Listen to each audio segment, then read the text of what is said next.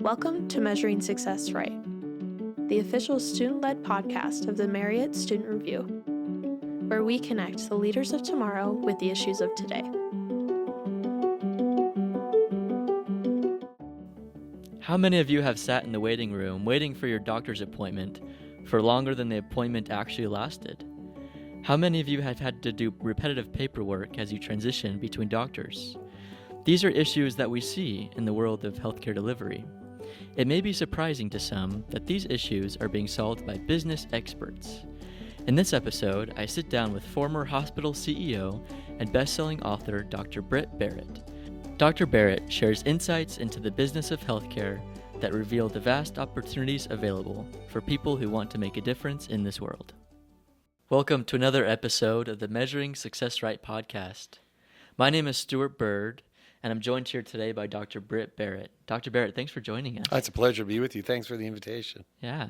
So Dr. Berrett is a professor at the Marriott School of Business and the managing director of the Healthcare Leadership. That's correct. And he's my professor right now. I'm taking a class from him, and I'm lucky to be blessed by him every Monday, Wednesday. So awesome. So let's talk about your background. First, I want to preface that this episode will be about business and healthcare. And you have had a very successful career in that. Let's talk about how it started. So you graduated from BYU. What was your major? Yeah, that's a good. Let me go back a little bit further. I'm originally from Canada, Vancouver, British Columbia, and I served a mission in Peru. Cool. And I came home from my mission with a tremendous desire to do something substantive, something fulfilling. And a lot of my friends were going down real estate and manufacturing and really honorable fields, but just what didn't fit for me. Yeah. And I listened to an executive lecture series. I'm a big fan of kind of exploring things, just the podcasts, listening to podcasts today or reading articles, just being curious. Yeah. And a speaker came and he said, I'm in the business of healthcare. And it really sparked a chord because it was something I felt passionate about. And also I kind of have a business mind. I like solving problems. So I looked at the healthcare terrain, saw that we have magnificent caregivers, but the business side of healthcare is really fractured. Technology, infusion of new medical technology, the revenue cycle, all of these things were fractured. So I decided, well, where might I help? So I got a degree in finance from BYU. Then I went to Washington University School of Medicine. So I went to medical school and did my graduate work in St. Louis. And then from there, launched my career. Wow. So that was my educational foundation. So you went to medical school? Well, yeah, it was graduate school in the medical school. Wonderful. I actually went back later in life when I was in my 40s and pursued my PhD and got my doctorate from the University of Texas at Dallas in the School of Public Policy and Economics. So, wow. And it was an amazing experience, but boy, was it tough going back to school. Yeah, it was really tough. Interesting. So when you were at Washington University School of Medicine, and there you got your MHA? That's correct. Okay. I don't know if many of our listeners know the difference between an MHA, MBA, MPA. What's an MHA? Yeah, a Master's in Health Administration draws in men and women who want to get into the business side of healthcare. Okay. And it provides a lot of similar classes from a business school, like an MBA. But you're surrounded by men and women who want to get into healthcare. That industry is so big. It's almost 20% of the GDP of the economy. So there are a lot of men and women who want to get in there. They need an understanding of things from epidemiology to cash flow, right? And so a lot of those classes are similar, but it really caters to the business side of healthcare.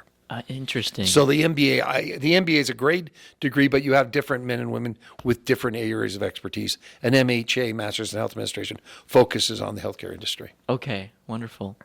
So you got your MHA. What was next? It was training. My wife, I adore her. We've been married 40 years, and she's from California, and she wanted to go back to California. So I'm from Canada, and I said, okay, let's do that. So I took a job as an administrative fellow. So it's like a training program. Yeah. Became an assistant administrator, became a chief operating officer, and within 5 years of graduating from graduate school, I was the hospital president of a hospital in San Diego, California. Wow. It was, I will say, overwhelming. There's a term that sometimes is being used as the imposter syndrome. And that was me. I didn't know what I was doing, but I felt divinely guided and directed. I really did. It was a tremendous opportunity for me. It was an organization that needed leadership. At the beginning of my career, I took every opportunity to pursue problems. So if there was a fire, I ran towards the fire. If there was a problem, I was the first to say, let's work together to solve it. Yeah. I took all those skills you and I learned in the Church of Jesus Christ of Latter-day Saints. I took all those skills and I used them in the business world, and they were brilliantly successful. So at 31, I was a hospital president. Wow. And for the next 20 plus years, I was a hospital CEO. I finished my career in hospitals, running a 900-bed hospital in Dallas, Texas Health Presbyterian Hospital, Dallas. And I was also the executive vice president for the system. Yeah. So it's kind of, like Intermountain Healthcare or Sutter Health, these big integrated multiple. I was the executive vice president. And it was a tremendous opportunity to serve in communities. And I don't regret 1 minute of it. It was hard, but it was extremely rewarding. Right. I think it's interesting. 900-bed hospital, 900 beds, that first of all, it's a lot of people, but then if you think about how many employees that means, I mean... Yeah, we were 3,500 employees. And when I say employees, you're responsible as a CEO for their livelihoods. Yeah. So you've got to be mindful. Are they getting paid fairly? Do they have work that's rewarding? Do they work with teams that are cohesive? And I mean, we've all had bad bosses, right? Right. I had some really bad bosses, and I learned a lot from them. I think you learn more from bad bosses than you do anything else. And I decided that I would make sure that we would create an organization that blessed the lives of patients, and made some hard decisions. When I got to Dallas, we were in San Diego running hospitals, and I moved to Dallas. The hospital I became the CEO. I was the CEO at a hospital in Dallas at 36 years of age. And I was overwhelmed, and I thought, well, how would you like me to lead this? Prayerfully asking. And I looked to the church. Yeah. I stole all my ideas from the church. Wow. And, whether that's, here's a perfect example. I went to my managers and directors. I had about 60 or 70 of them. Yeah. The NICU, the neonatal intensive care unit, the ICU, the security department. I said, how often are you meeting with your team members, and are you talking about their hopes and their visions and their dreams?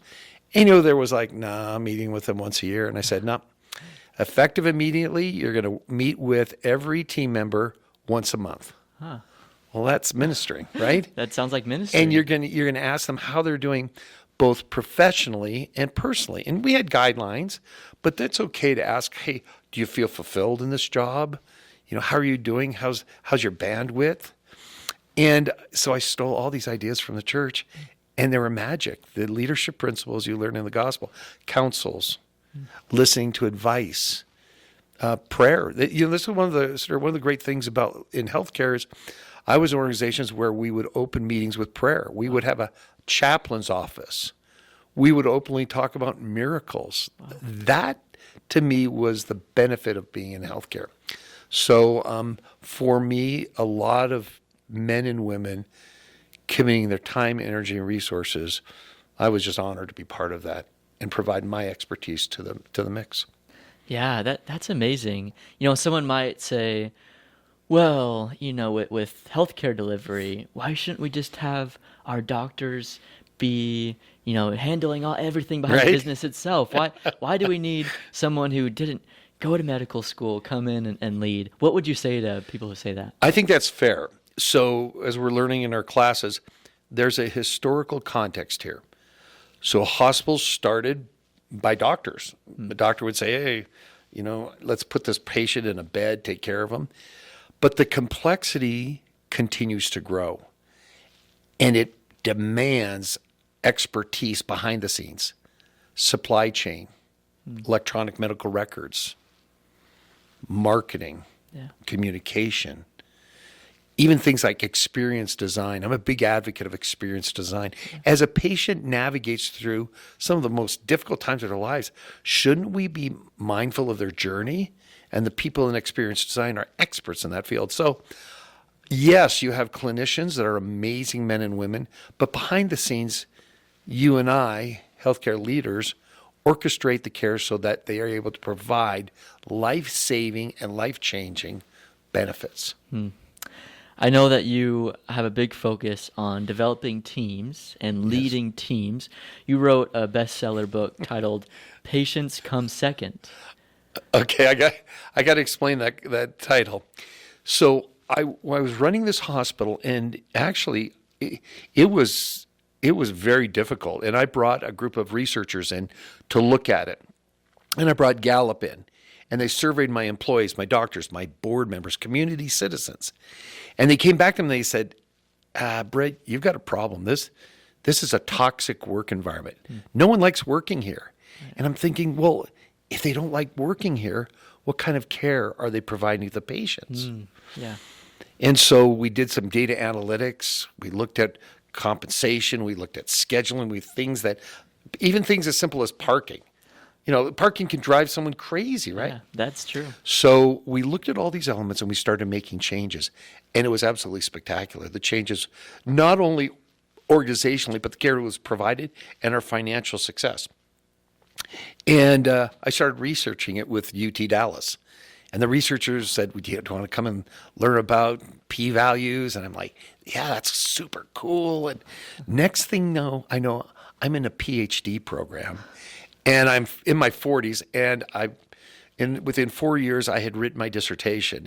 And it was on the convergence of leadership theory and strategic outcomes, meaning, do your strategic outcomes benefit because of the quality of your leadership?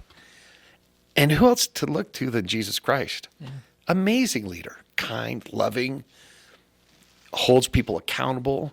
I mean, so for me, that dissertation was really a manifestation of my leadership theory. Regrettably, no one read my dissertation. No one. It was, so a buddy came to me and he said, I know you're disappointed. Your dissertation was very quantitative. It had lots of graphs. I went, yeah, isn't that cool? And he says, no one reads that. And so he said, why don't we write a book about leading change? And I said, great. So the working title was Leading Change by Changing How You Lead. Each of us have had these experiences where you've had a good boss or a bad boss. Right. And so leading change by changing how you lead. We wrote this book, ideas and stories, really fun, silly book. And at the last minute, my co-author, Paul Spiegelman, who I just adore, he says, that's a boring title. Let's call it Patients Come Second. And this was kind of like the antithesis of caregivers because, they're always thinking, take care of the patient, do no harm. And so when we published this book, it was startling. Yeah. And I remember Paul and I had actually worked with a publisher and self-published it. And when it rolled out, we didn't know if it would sell. And it was an act of love. So all of a sudden he starts calling me, Britt, we just sold 50 copies, 1,000 copies, 10,000 copies, 50,000. It became a New York Times bestseller, a Wall Street Journal bestseller. And in the healthcare space, everyone's kind of talking about it. Yeah. And I'm thinking, wow, there was a thirst for this conversation. Yeah, right. Now, yes, the title, Patients Come Second, is kind of a hook. It's kind of like, what comes first? I think you need to build teams. I think you need to be respectful. You need to develop your leadership skills. You need to be a good listener. And once again, take a look at the Savior, how he led. He came to the earth, and he had 12 just very ill-prepared leaders that orchestrated unprecedented change. Yeah. So that's a good example. So that's what we did. We wrote the book, and I've been able to connect with amazing men and women who feel the same. Thank you for explaining that, and thank you for relating it also to our Savior, Jesus Christ. I agree, as he is the master healer, and his purpose was to heal and bless. And in your role, that was part of that was the core part of your job, is you were helping grow people that could then go and directly hands-on heal. And that's what I think brought me to BYU. I love BYU.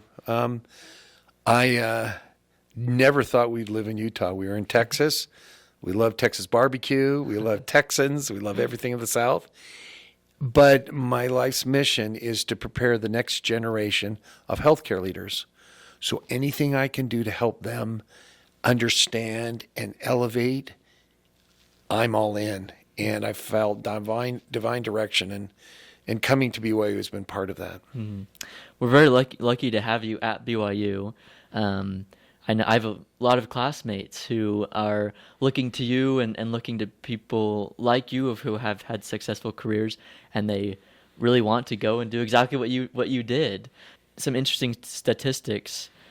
Medical expenses in the United States cover about 18.5% of the national economy. If you compare that with real estate or housing expenses, they only account for 13% of the USA GDP.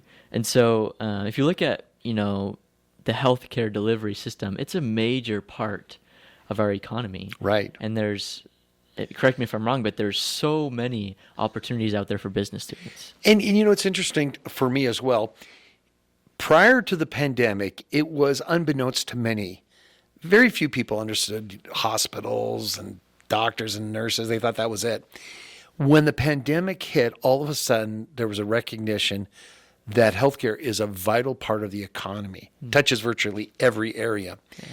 And once again, if we think that's the last pandemic, forget it. There are more on the horizon. Right.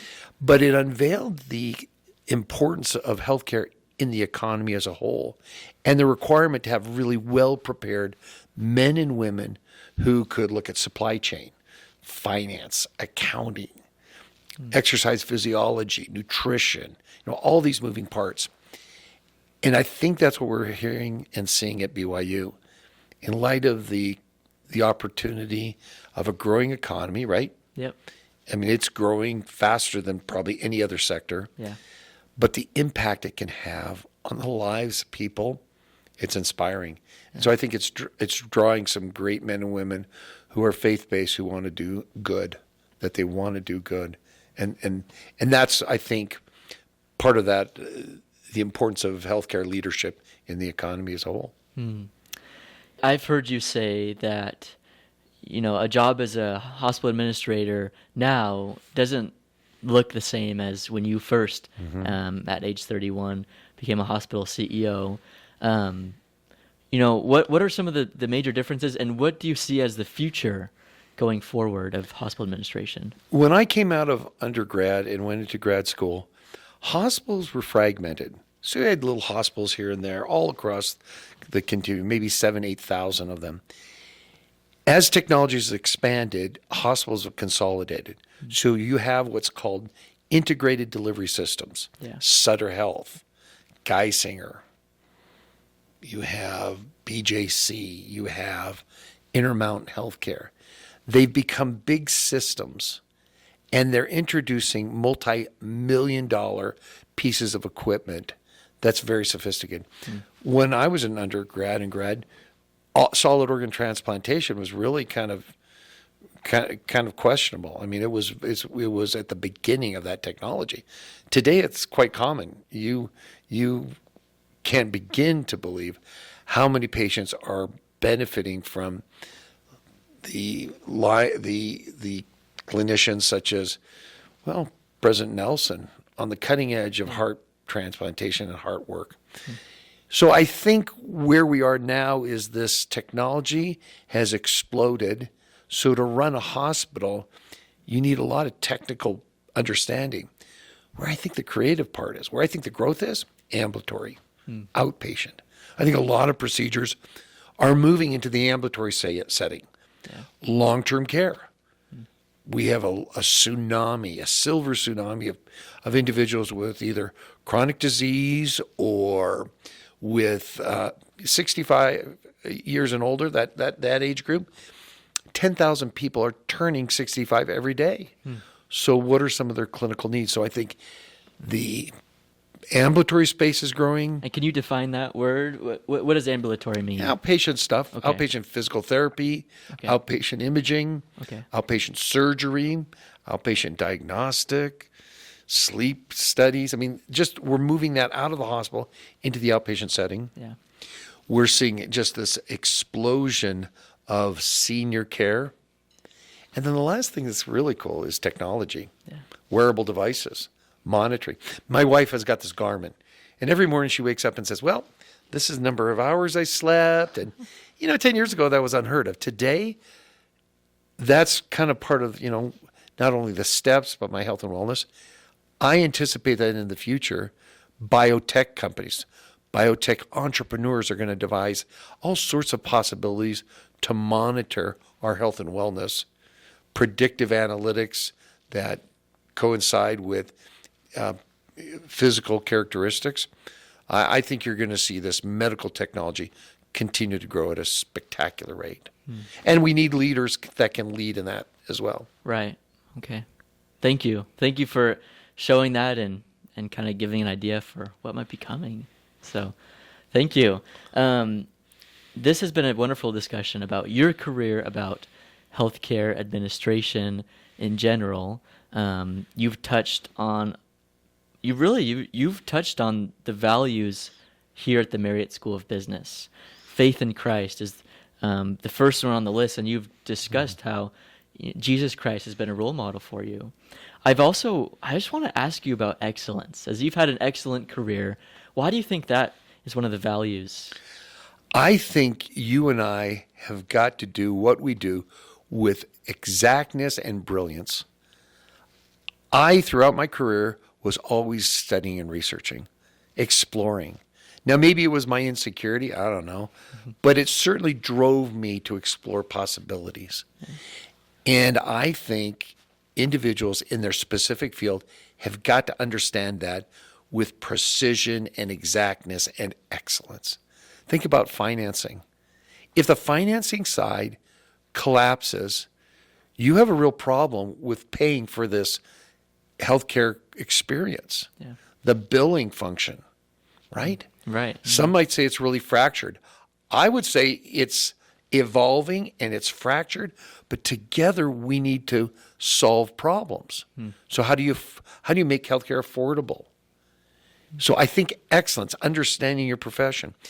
When we had the pandemic, the biggest problem was not the clinical side, it was the technical side, business functions, group purchasing, supply chain, right? Right. How do you monitor incident rates nationally? We've never done that. I'm sitting in Dallas, Texas, and I'm hearing about a cold and flu over on the East Coast.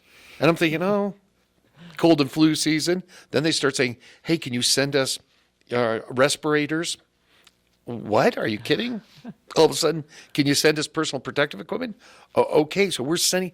And then we realized this is a worldwide pandemic. We were very ill prepared. And so I think we need excellence in the business functionalities so that we can bless the lives of the patients. So today, if another disease were to pop up, we have mechanisms in place to instantaneously identify where in the United States that's occurring. And that was not done but by individuals who understand their profession. And I think that's what I advocate. So at BYU, healthcare leadership is a minor. Yeah. And I fully support that. Let's get great strategists. Let's get great biologists. Let's get great nurses, and then give them the business side so it will allow them to provide with excellence. That's very interesting. And I'm guessing, in addition to the healthcare leadership minor, an MHA would also help. Absolutely. With providing a background and providing that excellence. One other thing that we're doing here at BYU that is very unique and empowering. They started a club, Healthcare Leadership Association, a couple of years ago. And with the announcement of the medical school, a lot of people are saying, wow, that's exciting. How can I be part of it? Now, there are people that are wired to become doctors and nurses and respiratory therapists and pharmacists. Some of us aren't. Some of us are wired to be business people. That's just how we're wired. And I think The club brings them all together. The Healthcare Leadership Association has got 1,000 members. Wow, 1,000. 1,000 members across campus. And our minor has, I think, 52 different colleges represented. And we gather together every week on a Wednesday, listen to speakers. We had 3 entrepreneur biotechs a couple of weeks ago. Tomorrow night, we have someone who has an expertise in human resources, right? Think about how important that is. Last week, it was the Affordable Health Care Act. Yeah. And so we bring ourselves together through the Healthcare Leadership Association to collaborate, consider, and then that commitment to understanding the industry, excellence. Wonderful. You know, the title of our podcast is Measuring Success Right. And I just want to end this awesome discussion with measuring success. First, I just want to ask if you could briefly, give us an idea of how does a hospital administrator measure the success of their work? I think that's a great question, and it both is one to be asked personally and professionally. So set aside my personal measurements of success, because we could go on for hours, and I mentioned it before. Right. So how does a hospital look at that? If you're a hospital administrator, regrettably, in the past, hospitals have been siloed in communities, and the only measure of success was medical care. Yeah. That was it. Right. And I think we're opening that up and asking, as a hospital president, what role do we play in blessing the lives of the community to improve health and wellness? I love the public health space, and we've dismissed them too often. But if you bring the public health people together, we say, well, it's more than just water. It's more than the air. It's the community in which you live. Yeah. And so a health and wellness expert, hospital administrator says, well, what role can I play for emergency care? How about vaccinations? What about incident rates of disease? Maybe together I can collaborate on domestic violence. Perhaps we can take a hard look at social media and the impact it's having on the social well-being of our children. Mental health is a tremendous area. And so healthcare executives in hospitals become part of the fabric of the community. And we move away from siloed, I only take care of heart attacks and cancer, to what was the causation of that cancer and what can we do to collaborate? What about individuals who are suffering from disease, and how do we create mechanisms for them to integrate into communities? And so that's the measure the health and wellness of the community we serve. I love that. Thank you. That definitely, starts to paint a different picture in my mind of really the role of a healthcare administrator in a community. And it's important for that hospital president to have excellence in understanding how to lead a hospital. Yeah. But they become part of a bigger whole. Now, I can leave you with a quote that I think is powerful. And I reflect on it time and time again, because sometimes healthcare leadership can be overwhelming. Right. Because it's so complex. It seems overwhelming. Right? You're like, I'm going to check out. And Robert F. Kennedy said something interesting many years ago that has been part of the fabric of how I've looked at my responsibility. He said, few will have the greatness to change history itself, but each of us can change one small part. And in total of those efforts will be written the history of this generation. And so I believe that we are in that time where each of us can participate and rewrite history. Thank you. Thank you, Dr. Berrett. I've been lifted and instructed, and this has been very inspiring. Thank you. So, and to our listeners, we thank you for joining us for another episode of the Measuring Success Right podcast, and we hope you will check out the Healthcare Leadership Association or the minor, and that you'll join us for the next episode. Thanks.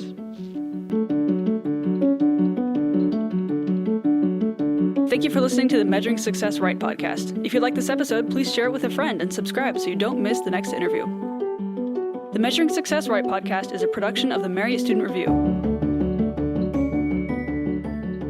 This episode was produced by Stuart Bird, Allison Pope, Greta Ackerman, Ellie Lewis, and James Call.